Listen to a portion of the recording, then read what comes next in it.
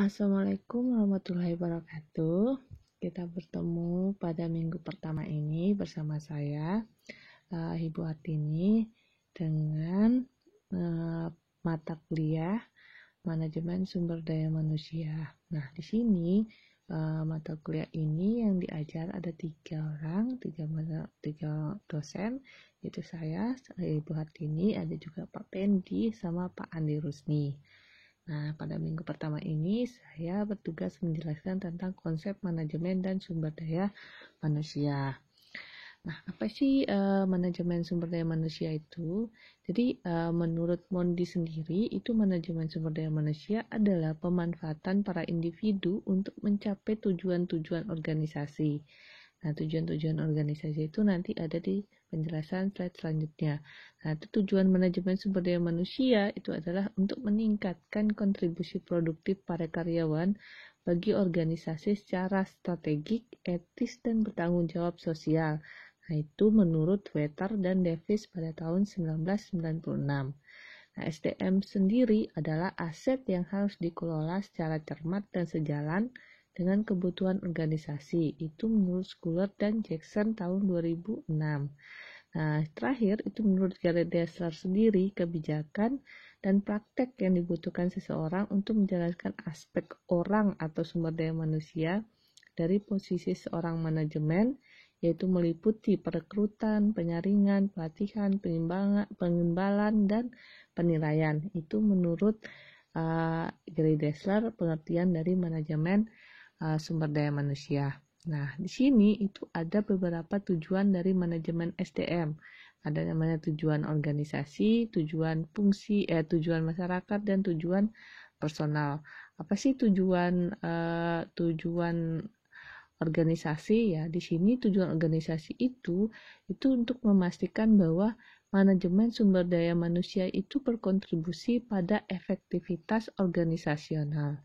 Jadi Departemen SDM itu membantu para manajer untuk mencapai tujuan-tujuan organisasi.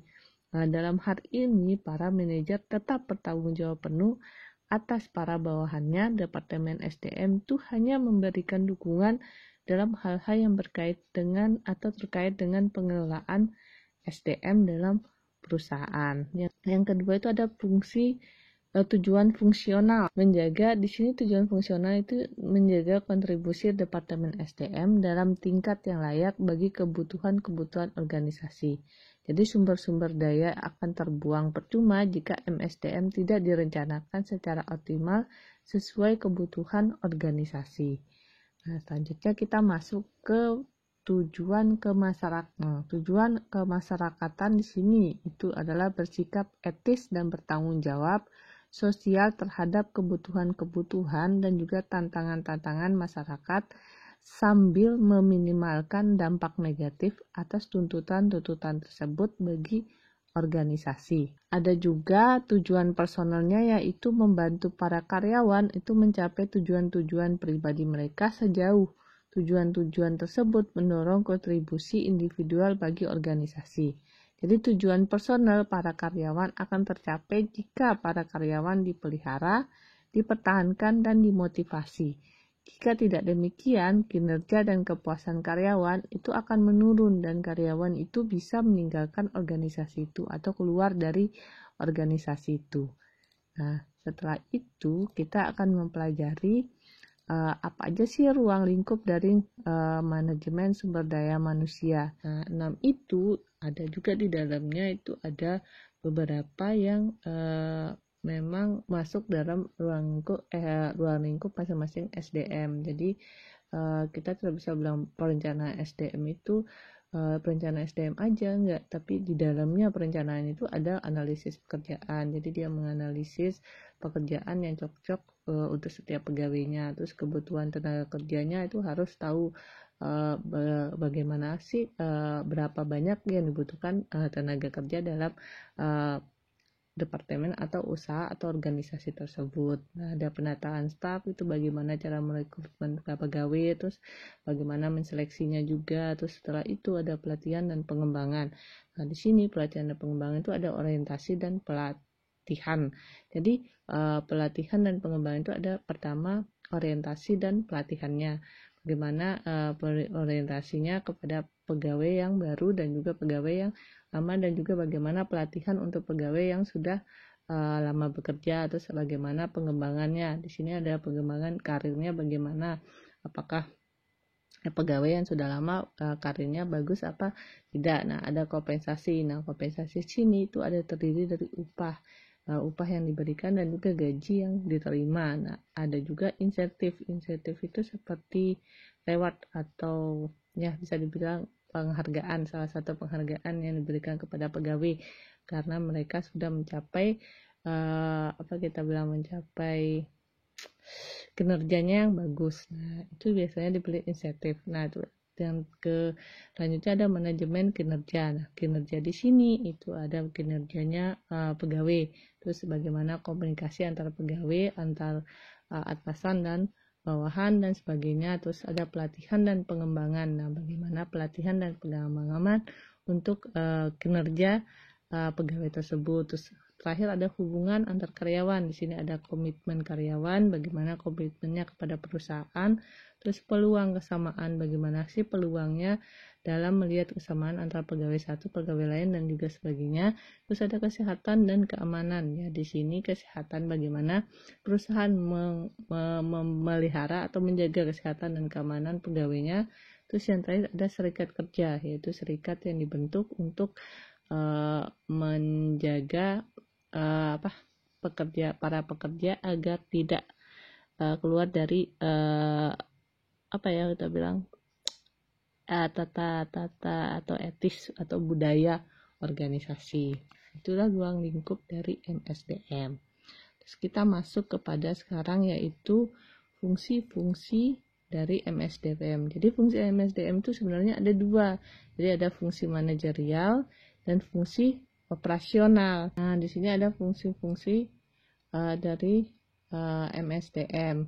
Jadi ada dua fungsi fungsi operasional sama fungsi manajerial. Jadi fungsi manajerial itu terdiri dari perencanaan, terus pengorganisasian, pengarahan dan pengendalian. Jadi di sini perencanaan itu bagaimana sih? Jadi di sini itu merencanakan tenaga kerja sesuai dengan kebutuhan perusahaan dalam membantu terwujudnya tujuan dari perusahaan tersebut.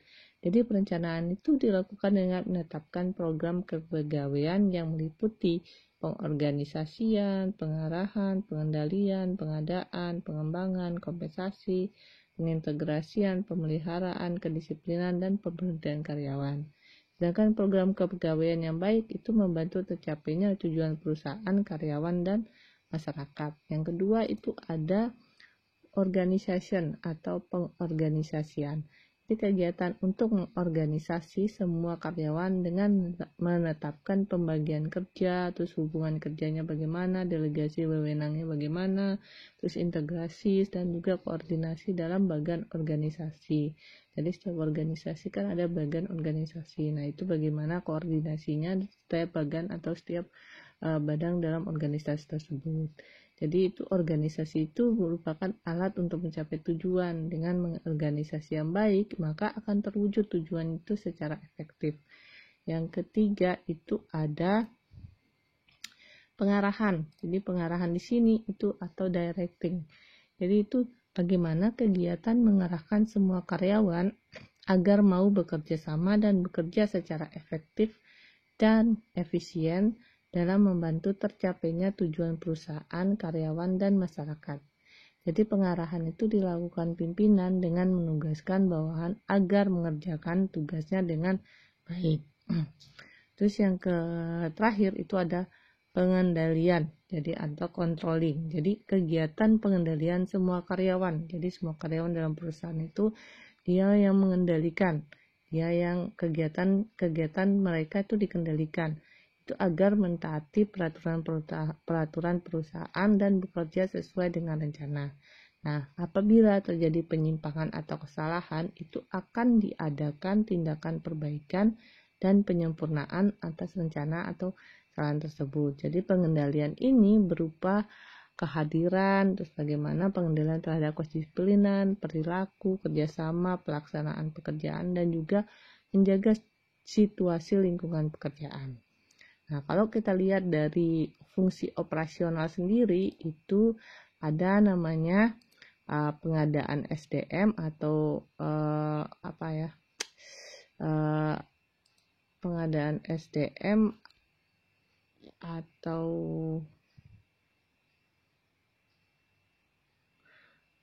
penyediaan staf. Terus yang kedua itu ada pengembangan, yang ketiga ada kompensasi, pemeliharaan, dan pemutusan hubungan kerja atau PHK. Jadi kita pertama ke pengadaan dulu. Jadi pengadaan SDM itu merupakan proses untuk memastikan bahwa organisasi memiliki jumlah karyawan yang tepat dengan berbagai keahlian yang memadai untuk menjalankan pekerjaan-pekerjaan yang tepat pada waktu yang tepat untuk mencapai tujuan organisasi. Jadi di sini penyediaan staf atau pengadaan SDM itu ada analisis jabatannya dulu, baru perencanaan SDM, barulah perekrutan dan seleksi. Yang kedua itu ada pengembangan SDM. Jadi pengembangan SDM itu fungsi utama SDM yang tidak hanya terdiri atas pelatihan dan pengembangan, namun juga ada aktivitas-aktivitas perencanaan dan pengembangan karir individu. Jadi pengembangan organisasi serta manajemen dan penilaian kinerja. Yang ketiga itu ada kompensasi. Jadi kompensasi itu mencakup seluruh imbalan yang diberikan kepada karyawan. Jadi sebagai penghargaan atas jasa mereka, yang meliputi di sini ada kompensasi finansial langsung, yaitu berupa bayaran yang diterima dalam bentuk gaji, upah, komisi, bonus, dan sebagainya. Nah, ada juga namanya kompensasi finansial tidak langsung atau tunjangan. Nah, semua imbalan finansial ya tidak termasuk dalam kompensasi langsung, seperti cuti yang dibayar, cuti sakit, liburan, asuransi kesehatan, dan lain sebagainya. Yang ketiga itu ada kompensasi non-finansial. Jadi sini kepuasan yang diterima seseorang dari pekerjaan itu sendiri atau dari lingkungan psikologi dan atau fisik di mana orang tersebut bekerja. Jadi itu adalah kompensasi non finansial. Jadi kompensasi di sini ada 3 ya, kompensasi finansial langsung, kompensasi finansial tidak langsung atau berupa tunjangan, terus terakhir kompensasi non finansial. Nah, keselamatan dan pemeliharaan ya. Nah, di sini pemeliharaan itu masuk dalam keselamatan dan kesehatan. Jadi di sini itu, pemeliharaan di sini itu untuk kegiatan untuk memelihara atau meningkatkan kondisi fisik, mental, dan loyalitas karyawan agar mereka tetap mau bekerja sama sampai pensiun.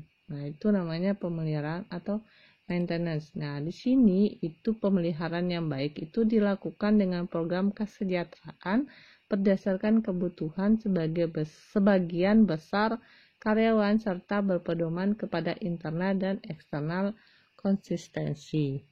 Yang terakhir itu ada hubungan pemberhentian atau PHK. Jadi putusnya hubungan kerja seseorang dari suatu perusahaan. Jadi pemberhentian disebabkan adanya keinginan karyawan sendiri, perusahaan, atau kontrak kerja yang sudah berakhir, pensiun, dan semua ini diatur dalam Undang-Undang Nomor 12 Tahun 1964. Nah, setelah ini kita masuk kepada tantangan-tantangan MSDM. Jadi tantangan MSDM ini itu terdiri atas tantangan berupa eksternal, tantangan berupa internal, yaitu di sini di tantangan MSDM ada bagiannya tantangan dari eksternal dan tantangan dari internal.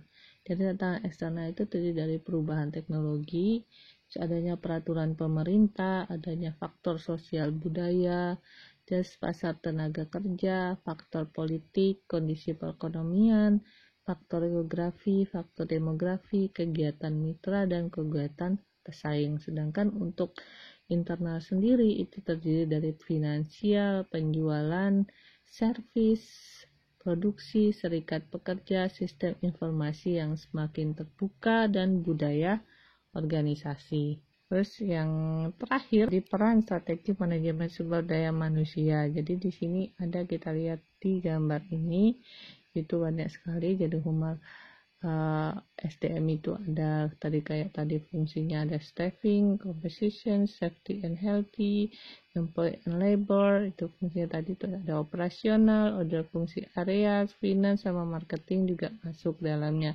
Terus ada juga internal, eksternal, lingkungan internal, terus ada pasar tenaga kerja, society, stakeholder, kompetisi, consumer. Nah, yang ini semua merupakan yang namanya peran strategik dari manajemen sumber daya manusia.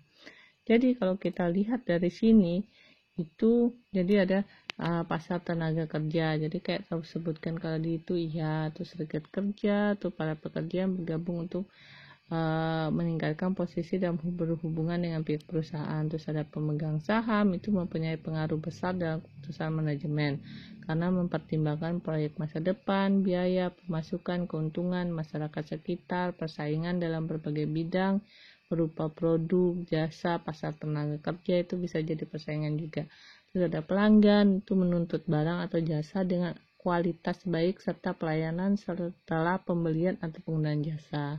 Terus teknologi saya sebutkan lagi, perubahan cepat yang haruskan SDM untuk mengejar atau posisi tenaga kerja yang mengalami pergeseran. Terus ekonomi, adanya situasi booming yang melawan adanya keadaan yang buruk, terus peristiwa yang tidak diharapkan atau tidak diramalkan terjadi.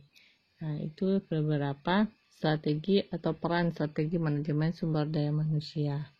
Nah, sampai sini dulu penjelasan untuk minggu pertama ini. Semoga kalian bisa mendapatkan ilmu tentang MSDM walaupun baru minggu pertama. Setidaknya kalian tahu apa itu manajemen sumber daya manusia dan sebagainya. Ruang lingkupnya juga, fungsinya juga semuanya. Nah, saya tutup perkuliahan hari ini. Wabil taufik wal hidayat. Assalamualaikum warahmatullahi wabarakatuh.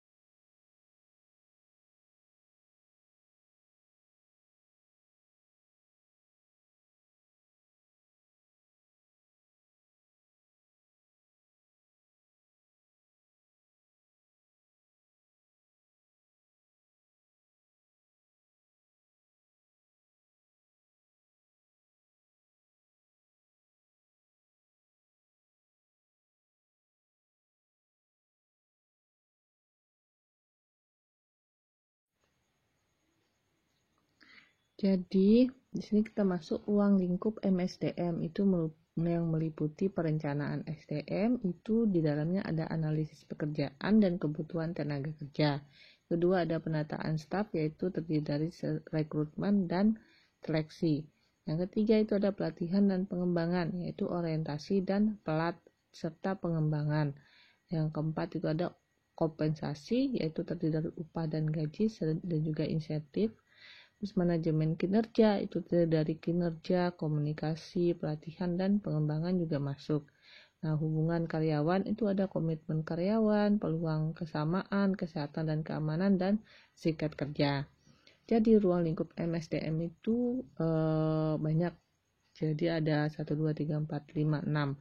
Nah, 6 itu ada juga di dalamnya itu ada beberapa yang memang masuk dalam ruang lingkup masing-masing SDM. Jadi kita tidak bisa bilang perencanaan SDM itu perencanaan SDM aja, enggak, tapi di dalamnya perencanaan itu ada analisis pekerjaan. Jadi dia menganalisis pekerjaan yang cocok untuk setiap pegawainya. Terus kebutuhan tenaga kerjanya itu harus tahu bagaimana sih berapa banyak yang dibutuhkan tenaga kerja dalam departemen atau usaha atau organisasi tersebut. Nah, ada penataan staf, itu bagaimana cara merekrutmen pegawai, terus bagaimana menseleksinya juga, terus setelah itu ada pelatihan dan pengembangan.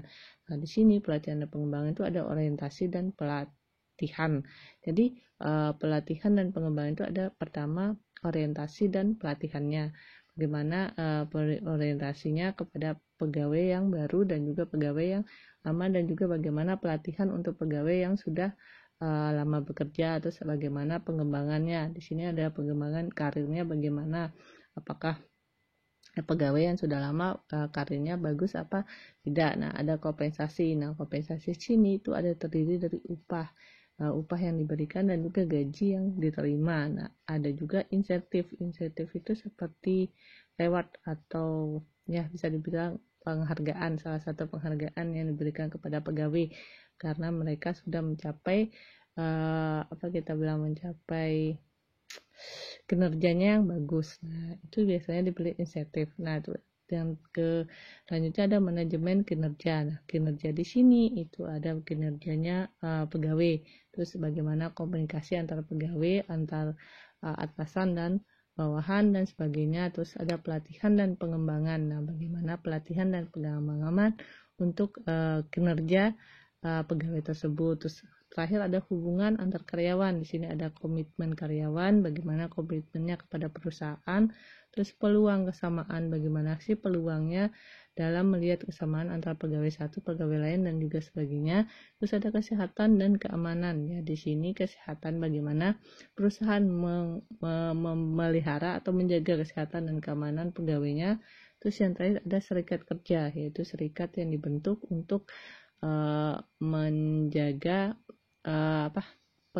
para pekerja agar tidak keluar dari kita bilang tata atau etis atau budaya organisasi.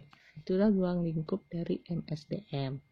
Terus kita masuk kepada sekarang yaitu fungsi-fungsi dari MSDM. Jadi fungsi MSDM itu sebenarnya ada dua. Jadi ada fungsi manajerial dan fungsi operasional. Jadi fungsi manajerial sendiri itu lebih kepada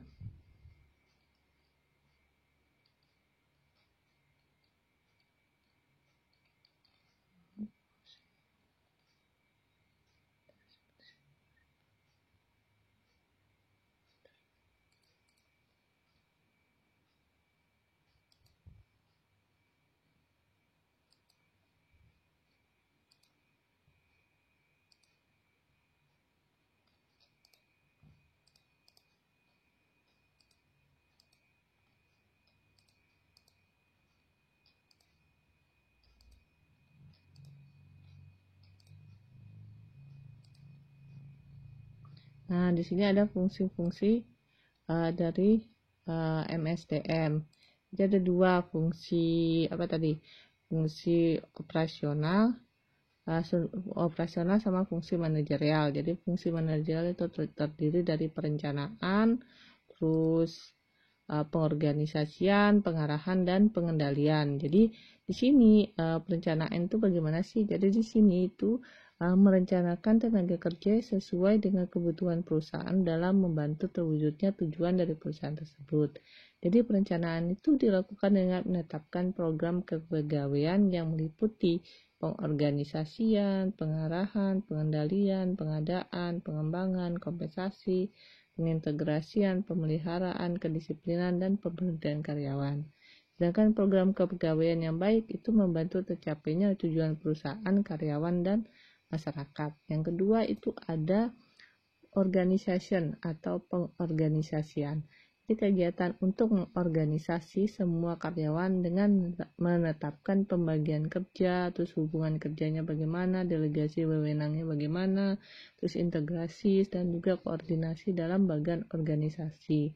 Jadi setiap organisasi kan ada bagian organisasi. Nah, itu bagaimana koordinasinya setiap bagian atau setiap badan dalam organisasi tersebut.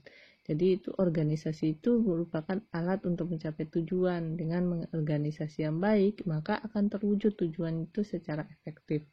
Yang ketiga itu ada pengarahan. Jadi pengarahan di sini itu atau directing.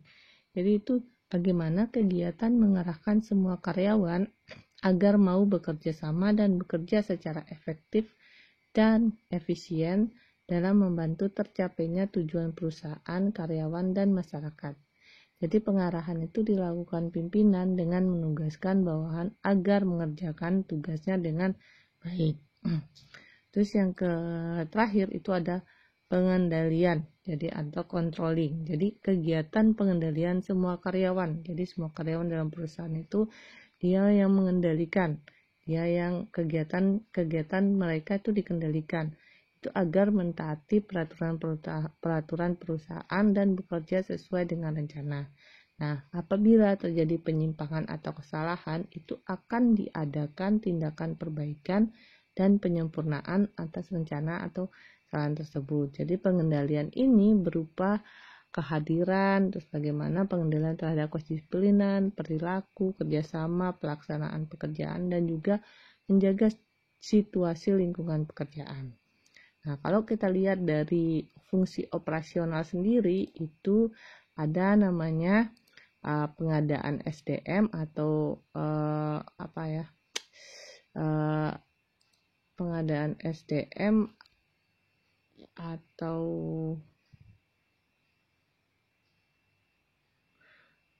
penyediaan staf. Terus yang kedua itu ada pengembangan, yang ketiga ada kompensasi, pemeliharaan, dan pemutusan hubungan kerja atau PHK. Jadi kita pertama ke pengadaan dulu. Jadi pengadaan SDM itu merupakan proses untuk memastikan bahwa organisasi memiliki jumlah karyawan yang tepat dengan berbagai keahlian yang memadai untuk menjalankan pekerjaan-pekerjaan yang tepat pada waktu yang tepat untuk mencapai tujuan organisasi. Jadi di sini penyediaan staf atau pengadaan SDM itu ada analisis jabatannya dulu, baru perencanaan SDM, barulah perekrutan dan seleksi. Yang kedua itu ada pengembangan SDM. Jadi pengembangan SDM itu fungsi utama SDM yang tidak hanya terdiri atas pelatihan dan pengembangan, namun juga ada aktivitas-aktivitas perencanaan dan pengembangan karir individu. Jadi pengembangan organisasi serta manajemen dan penilaian kinerja. Yang ketiga itu ada kompensasi. Jadi kompensasi itu mencakup seluruh imbalan yang diberikan kepada karyawan. Jadi sebagai penghargaan atas jasa mereka, yang meliputi di sini ada kompensasi finansial langsung, yaitu berupa bayaran yang diterima dalam bentuk gaji, upah, komisi, bonus, dan sebagainya. Nah, ada juga namanya kompensasi finansial tidak langsung atau tunjangan. Nah, semua imbalan finansial ya tidak termasuk dalam kompensasi langsung, seperti cuti yang dibayar, cuti sakit, liburan, asuransi kesehatan, dan lain sebagainya. Yang ketiga itu ada kompensasi non-finansial. Jadi di sini kepuasan yang diterima seseorang dari pekerjaan itu sendiri atau dari lingkungan psikologi dan atau fisik di mana orang tersebut bekerja. Jadi itu adalah kompensasi non finansial. Jadi kompensasi di sini ada 3 ya, kompensasi finansial langsung, kompensasi finansial tidak langsung atau berupa tunjangan, terus terakhir kompensasi non finansial. Nah, keselamatan dan pemeliharaan ya. Nah, di sini pemeliharaan itu masuk dalam keselamatan dan kesehatan. Jadi di sini itu karyawan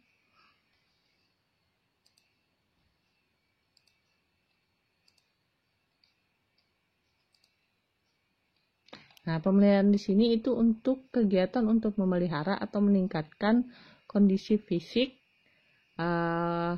mental dan loyalitas karyawan agar mereka tetap mau bekerja sama sampai pensiun.